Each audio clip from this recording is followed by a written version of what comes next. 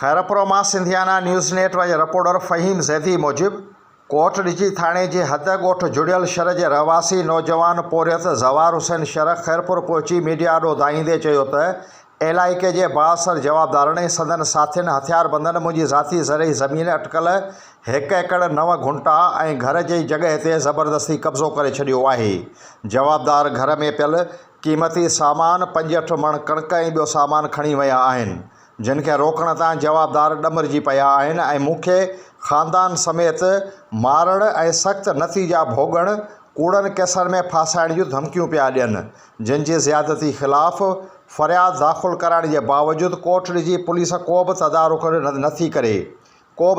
नथी करे।